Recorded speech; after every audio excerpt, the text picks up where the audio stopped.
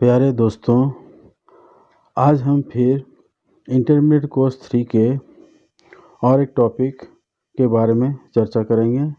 ये टॉपिक है फीडबैक के बारे में। ये टॉपिक का नाम है आकलन फीडबैक। तो देखिए, आप जैसे देख रहे हैं स्क्रीन में, आकलन फीडबैक के प्रश्नोत्तर को आज हम लोग हल करेंगे या समझेंगे। एक एक करके सारे प्रश्नों को आज हम लोग हल करेंगे। तो अभी देखिए, यह आपके समक्ष आया हुआ है। देखिए, पहला प्रश्न क्या है कि विप्लव जी अपने कक्षा के बच्चों को ऐसा फीडबैक देते हैं जिस पर कार्य करके उनके छात्र सीखने की प्रक्रिया में सफल होते हैं। आपको क्या लगता है, विप्लव जी फीडबैक को किस प्रकार से परिभाषित करते हैं? आप कोई एक विकल्प चुन सकते हैं। पहला है बच्चों के कार्य को बारीकी से जांचना और उन्हें यह बताना कि उन्होंने कहाँ और कैसे गलती की। दूसरा है बच्चों को ऐसी जानकारी देना जिससे उनकी अभी की समझ और सीखने के उद्देश्य के बीच में मौजूद अंतर खत्म हो सके। और तीसरा है बच्चों ने जैसा भी काम किया हो उनकी गलतियों को नज़रअंदाज करते हुए हर स्थिति में प्रेरित करना। तो इसमें हमको दूसरा विकल्प सही लग रहा है।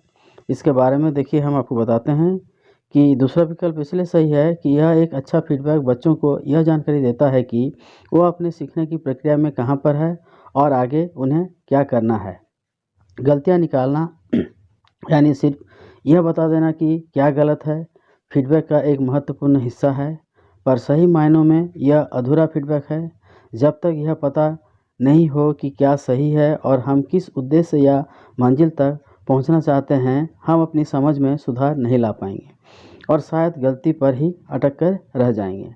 गलतियों को नज़रअंदाज करके हम बच्चों को कभी सीखने के उद्देश्य तक नहीं पहुंचा पाएंगे। तो इस तरह से हम लोग इसको देखें। अब हम लोग इसको सबमिट करके देखते हैं।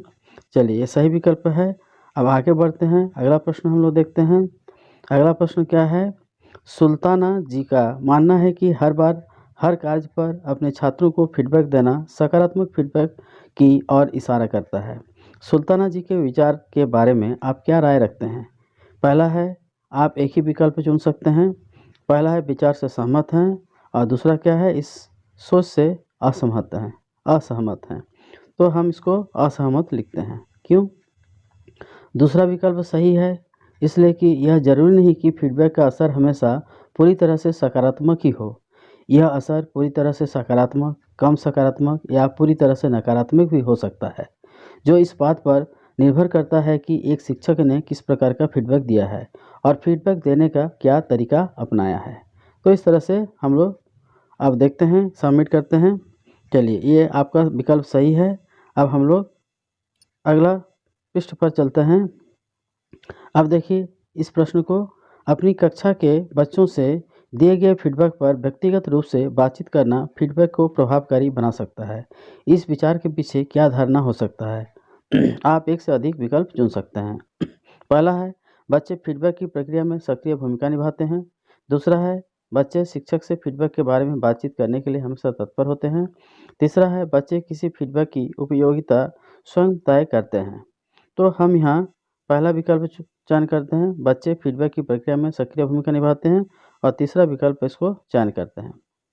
देखिए, इसके पीछे कारण हम लोग समझते हैं। पहला और तीसरा विकल्प सही है इसलिए कि फीडबैक का प्रभाव इस पर भी निर्भर करता है कि बच्चे फीडबैक से क्या अर्थ निकालते हैं। यानी बच्चे अपने आसपास होने वाली घटनाओं पर सिर्फ प्रतिक्रिया ही नहीं देते, बल्कि उन घटनाओं का अपने लिए अर्थ भी निकालते हैं, जो हर बच्चे के लिए अलग हो सकता है। यह अर्थ इसलिए अलग होता है क्योंकि हर बच्चे का पूर्व ज्ञान, अनुभव और प्रेरणा अलग होती है। अब चलिए इसको सबमिट करके देखते हैं। चलिए, ये भी उत्तर आपका सही है। अब हम लोग अगला प्रश्न पर आते हैं। देखिए, बच्चों द्वारा किए गए किसी भी कार्य के अंत में दिया गया फीडबैक किए गए कार्य में सफलता सुनिश्चित करता है। इस कथन पर गहराई से विचार करें और फीडबैक देने के इस तरीके पर अपनी राय व्यक्त करें। आप कोई एक विकल्प चुन सकते हैं। पहला है, फीडबैक देने का यह तरीका सार्थक है। दूसरा, यह फीडबैक देने के निरर्थक तरीके का उदाहरण है। तो हम लोग इसको दूसरा विकल्प चुनते हैं। देखिए, दूसरा विकल्प सही इसलिए मान रहे हैं कि फीडबैक देने का सही समय तब है जब बच्चे अपने सीखने के उद्देश्य से संबंधित कार्य कर रहे हों। जब बच्चा सीखते सीखते रहते हैं, उस समय फीडबैक देना चाहिए और उसके बारे में सोच रहे हों।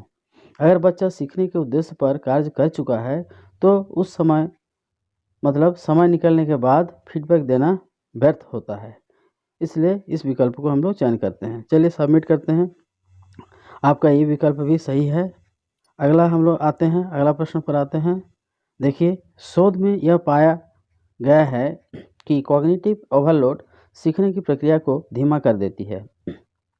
इस बात को ध्यान में रखते हुए हमें किस प्रकार से फीडबैक देना चाहिए? आप कोई एक विकल्प चुन सकते हैं। जैसे पहला है किन्हीं 2-3 बिंदुओं को चुनकर उन पर फीडबैक देना चाहिए। दूसरा है उन मुख्य बिंदुओं पर फीडबैक दें जिनका सीखने के उद्देश्य से सीधा संबंध हो। तीसरा, हर बिंदु को आसान शब्दों में कहकर फीडबैक देना चाहिए। तो इसमें दूसरा विकल्प ज़्यादा सही लग रहा है। देखिए, दूसरा विकल्प सही होने के कारण हम लोग चर्चा करते हैं।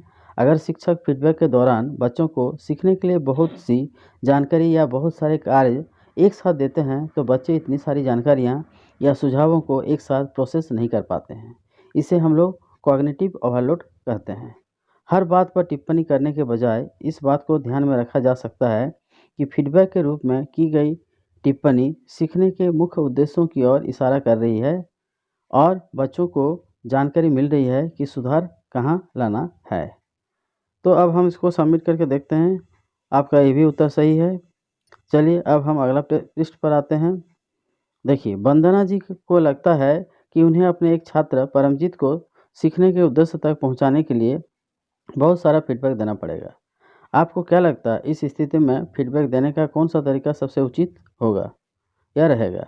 आप कोई एक विकल्प चुन सकते हैं। लिखित, दूसरा मौखिक, तीसरा बच्चों से बातचीत कर। तो हम यहाँ बच्चों से बातचीत कर, जैसे कि हम लोग पाठ में पढ़े हैं, इसको हम लोग मान सकते हैं। तीसरा विकल्प इसलिए सही मान रहे हैं, जब बहुत सारा फीडबैक देना हो तो लिखित के बजाय बच्चों से बातचीत करके फीडबैक देना बेहतर होगा। बहुत सारा लिखित फीडबैक बच्चों को हतोत्साहित कर सकता है। इसके अलावा बच्चों के साथ बातचीत करके फीडबैक देना मौखिक फीडबैक से अलग है, क्योंकि आप यहाँ सिर्फ यह नहीं बता रहे हैं कि आपने बच्चों द्वारा किए गए कार्य में क्या देखा, पर आप बच्चों से ऐसे सवाल पूछते हैं जिससे वे अपने कार्य को आलोचनात्मक रूप से खुद देख पाएँ। मौखिक फीडबैक अधिकतर एक तरफा होता है, जिनमें सिर्फ शिक्षक ही बोलते हैं, और बातचीत के तरीके से फीडबैक में दोनों शिक्षक और छात्र दोनों सक्रिय भूमिका निभाते हैं। तो इस तरह से हम लोग इस प्रश्न को भी जानें और सबमिट करते हैं। देखिए, आपका विकल्प सही है। अब हम अगला पेज पर आते हैं। देखिए, हैटी और टिम परले के अनुसार हम केंद्र बिंदु के तहत चार स्तरों पर फीडबैक दे सकते हैं। मैं कोशिश करूंगा कि मैं अपनी कक्षा के बच्चों को डैश पर आधारित फीडबैक नहीं दूं। आप कोई एक विकल्प चुन सकते हैं। कार्य पर, कार्य की प्रक्रिया पर, आत्म विनियमन और स्वयं शक्ति। तो यहाँ हम स्वयं शक्ति को चयन करते हैं। चौथी विकल्प यहाँ चयन किया गया है क्योंकि हम शिक्षक कोशिश कर सकते हैं कि हम व्यक्ति पर आधारित फीडबैक न दें। इस तरीके का फीडबैक कम प्रभावशाली होता है। इसमें बच्चे को सीखने से संबंधित कम जानकारी मिलती है। इसके अलावा इससे बच्चों में बुद्धिमत्ता स्थिर है जैसे धारणा को बढ़ावा मिल सकता है, जिस कारण बच्चे कोशिश और मेहनत जैसे शब्दों में अपना विश्वास खो देते हैं। तो चलिए इसको सबमिट करते हैं। ये भी विकल्प आपका सही है। अब अगला प्रश्न पर आते हैं हम लोग। फीडबैक देते हुए एक ही समय पर 4 बातों पर ध्यान दिया जाता है और इनके संदर्भ में निर्णय लिया जाता है कि हम क्या फीडबैक देना चाहते हैं। वह 4 बातें हैं। आप एक से अधिक विकल्प चुन सकते हैं। एक है धारणाएं, दूसरा है केंद्र बिंदु, तीसरा है भाव, चौथा कौशल, पांचवा तुलना, छठा समझ और अंतिम है उद्देश्य। तो हम यहाँ केंद्र बिंदु ले सकते हैं, भाव, तुलना और उद्देश्य। ये सब लेने के पीछे कारण हम लोग अब प्रस्तुत करेंगे। दूसरा, तीसरा, पांचवा और सातवां हम लोग चुने हैं, विकल्प सही है। हैटी और टिम्परले के अनुसार फीडबैक में है क्या? फीडबैक में है क्या? यह हम 4 तरह से देख सकते हैं। उसका केंद्र बिंदु यानी कार्य करने की प्रक्रिया, आत्म विनियमन, स्वयं व्यक्ति और उद्देश्य विवरणात्मक या मूल्यांकन आधारित। फीडबैक में किसकी तुलना किसके साथ हो रही है, नॉर्म, सेल्फ, क्राइटेरिया, रेफरेंस्ड और भाव कितना सकारात्मक या फिर नकारात्मक है। इसके बारे में हम लोग जानते हैं। अब इसको सबमिट करते हैं, ये भी उत्तर सही है। अब हम लोग अगला प्रश्न देखते हैं। वरुण, तुमने अपनी कक्षा में सबसे कम अंक प्राप्त किए हैं, आपको क्या लगता है इस तरह का फीडबैक बच्चों के लिए उपयोगी रहेगा? आप कोई एक विकल्प चुन सकते हैं। तो हम लोग हाँ उपयोगी रहेगा, यह तरीका लाभदायक नहीं है, तो ये हम लोग यह तरीका लाभदायक नहीं है पर क्लिक करते हैं। देखिए दूसरा विकल्प इसलिए हम लोग सही मान रहे हैं कि बच्चों के काम की तुलना दूसरे बच्चों के काम से करना या एक बच्चे के प्रदर्शन की तुलना दूसरे बच्चे के प्रदर्शन से करना, इस तरह के फीडबैक को नॉर्म रेफरेंस्ड फीडबैक कहते हैं। इस तरह का फीडबैक देना अधिकतर सही नहीं माना जाता, क्योंकि इस फीडबैक से बच्चों को कोई ऐसा जानकारी नहीं मिलती जिससे उसके सीखने में या फिर प्रदर्शन में कोई सुधार आ सके। इसके अलावा यह बच्चों की सीखने की प्रेरणा पर नकारात्मक असर डाल सकता है। तो अब हम लोग इसको सबमिट करते हैं। चलिए ये भी सही है। अगला प्रश्न देखते हैं। बबीता जी अपनी तीसरी कक्षा के बच्चों को गुणा करना सिखा रही थी। अवधारणा सिखाने के दौरान उन्होंने यह जानना चाहा कि बच्चों को जितना सिखाया गया है उसमें से उन्हें कितना समझ आया है। उन्होंने बच्चों का आकलन किया। इस स्थिति में बबीता जी को किस प्रकार का फीडबैक देना चाहिए? आप कोई एक विकल्प चुन सकते हैं। ये विवरणात्मक है, दूसरा मूल्यांकन पर आधारित फीडबैक है। जो हम लोग पाठ पढ़े थे इसमें विवरणात्मक फीडबैक पर ज़्यादा बताया गया है कि इससे ज़्यादा फायदा होता है। क्यों? क्योंकि मूल्यांकन आधारित फीडबैक से बच्चों को पता चलता है कि उन्होंने जो कार्य किया है वो अच्छा है या बुरा है। विवरण आधारित फीडबैक से बच्चों को जानकारी मिलती है कि प्रदर्शन में सुधार कैसे और कहाँ ला सकते हैं, जबकि मूल्यांकन आधारित फीडबैक में यह गुंजाइश कम होती है। चूँकि दी गई स्थिति में अभी अवधारणा पर काम किया जा सकता है, यहाँ बच्चों को यह बताकर कि कहाँ सुधार लाना है, शिक्षक उन्हें सीखने के उद्देश्य तक पहुँचा सकते हैं। अब हम लोग इसको सबमिट करते हैं, तो ये भी उत्तर सही है। तो इस तरह से हम लोग इस टॉपिक को पूर्ण कर दिए। धन्यवाद। फिर हम लोग मिलते हैं अगला वीडियो के साथ। तब तक आप इसे तैयार रखें अगले परीक्षा के लिए।